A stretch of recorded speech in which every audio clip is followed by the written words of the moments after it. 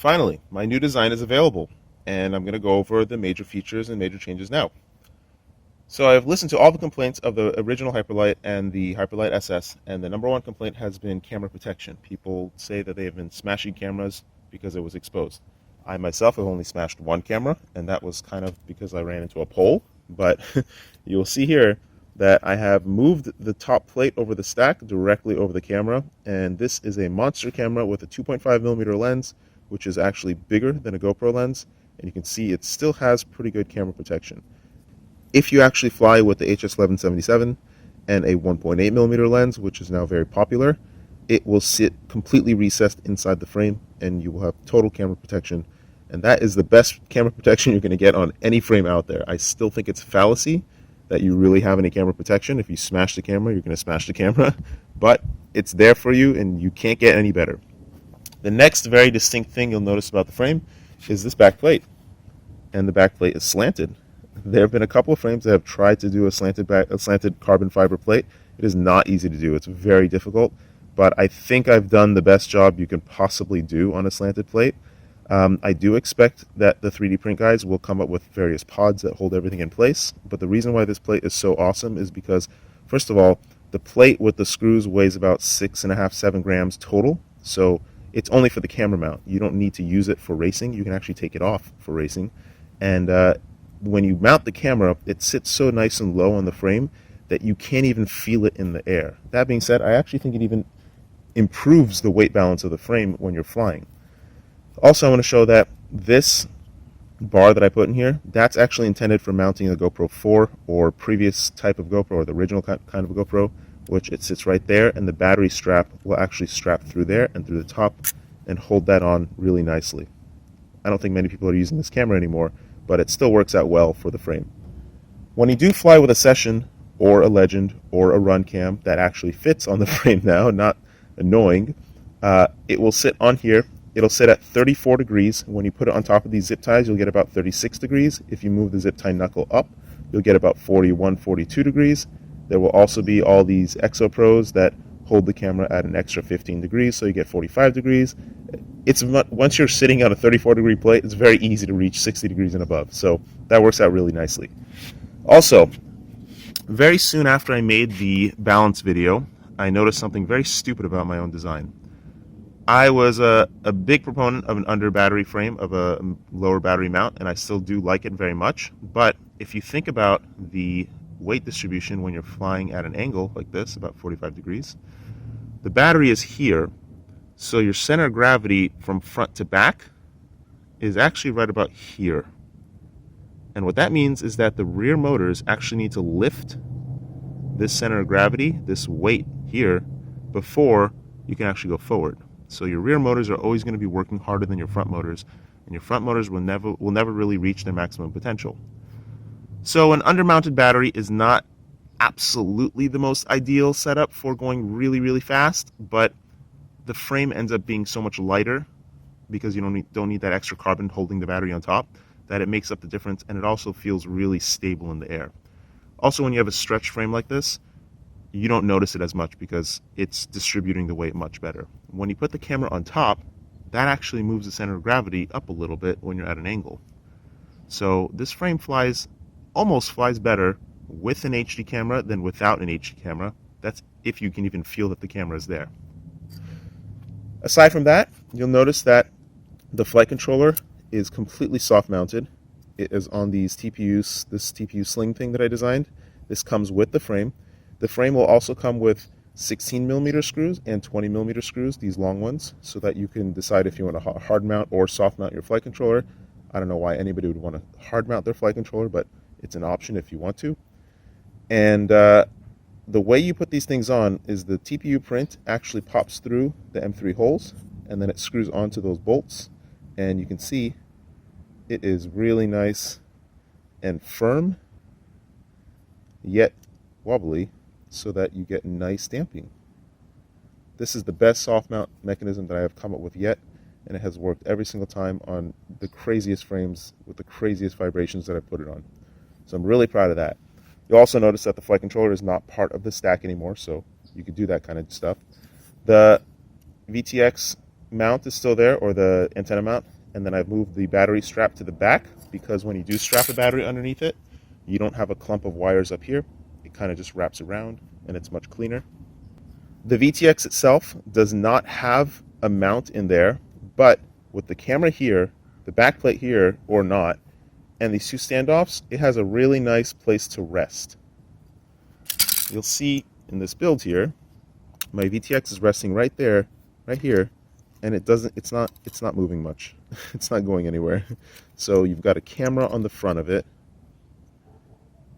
There, you've got a camera on the front of it, the back plate on the back, and it's sitting right between these two standoffs, and it's not moving. People will make TPU mounts for it and various things for it, but I wouldn't use them, because it's an extra 2 or 3 grams that you don't really need, because the VTX is fine. You're using a pigtail, and it goes around here and ties in right there, and it works out great. One thing you'll notice is that on this particular frame, I mounted my antennas like this just because I was testing things. I have not figured out a good place to put these antennas. I hate the antenna tubes that are coming off the camera mount, or any antenna tube sticking up, because when you crash, you're inevitably going to break one of these tubes, and when you break a tube, you're going to rip the wire, because FreeSky has moved to those super thin little wires, and most other VTXs or receivers are using those super thin wires. So I'm not a fan of these antenna tubes. Usually I strap them on these rear arm struts, but that also hinders the reception a little bit, so I haven't yet figured out the ideal antenna mount. We're working on it.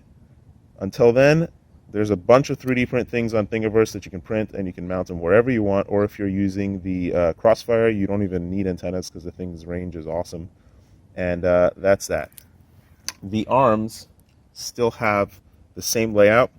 You can see here those 2 slots on top with the 1 hole in the middle, so you can unscrew 1 screw and slot it out and replace an arm with just 1 screw.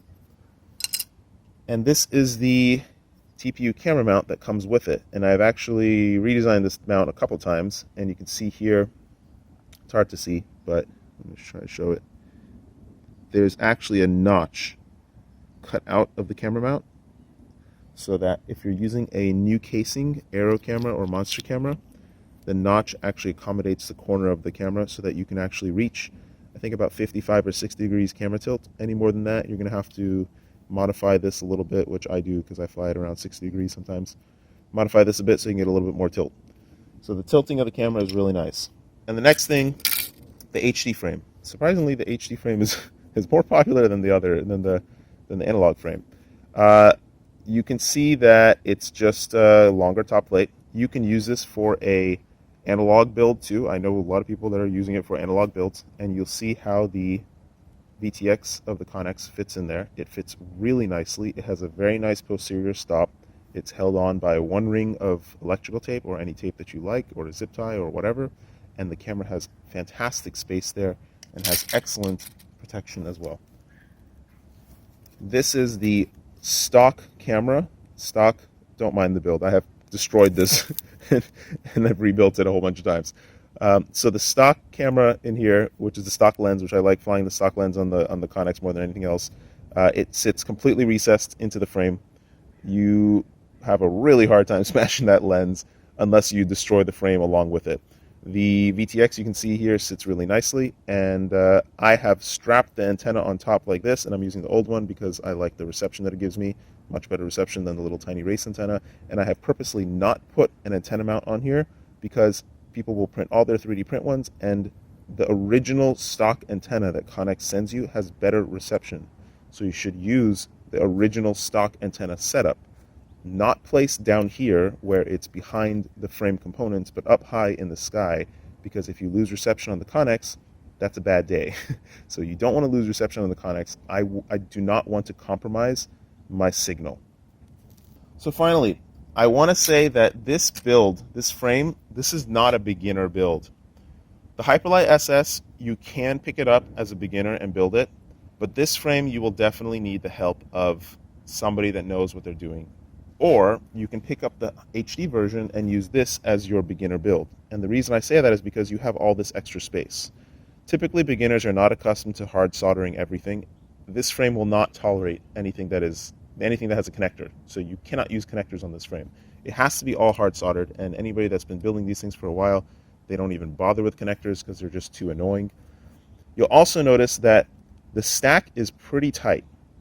So on this frame, I'm using the XM Plus receiver, which I've just taped to the top of the flight controller, which works out fine. I was planning on putting it actually under the PDB, but I just got too lazy and didn't want to mess with it.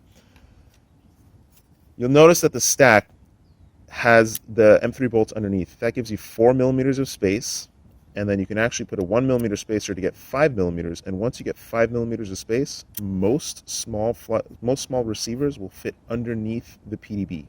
And that was my intention, for you to use a flat bottom PDB and put the receiver underneath there.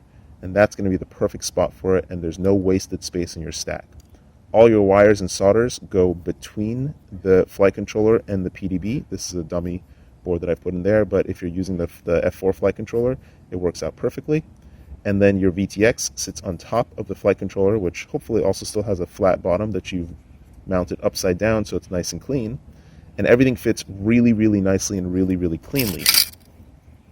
You can see in this build, I didn't do a great job, but everything is actually very clean in there if I took the VTX out. And it's more than enough space if you know how to build frames. Also, you can use a PDB flight controller combination board like I've used here in the Podium 1, and that allows you to have much more space underneath the flight controller, so you can put like a whole chicken in there. There's lots of space underneath there. This is the same setup. It's all soft mounted. It's the Podium 1 with the VTX on top, and yeah, tons and tons of space if you use a PDB flight controller, which personally I think that's where we're moving, but this is the only one that actually works properly, that I've noted that works properly. I haven't used any other F4 PDB flight controllers that work right yet. The Podium 1 is my favorite one at this point, if you're not using a separate PDB board. My personal favorite setup right now is the RROSD V2 with my own original Hyperlite F4 flight controller, the Bullet 30 amp ESCs from Emax, and the Hyperlite V4 motors from Brother Hobby, the 2522 Team Edition, with the Cyclone V2 props. And this thing goes real fast.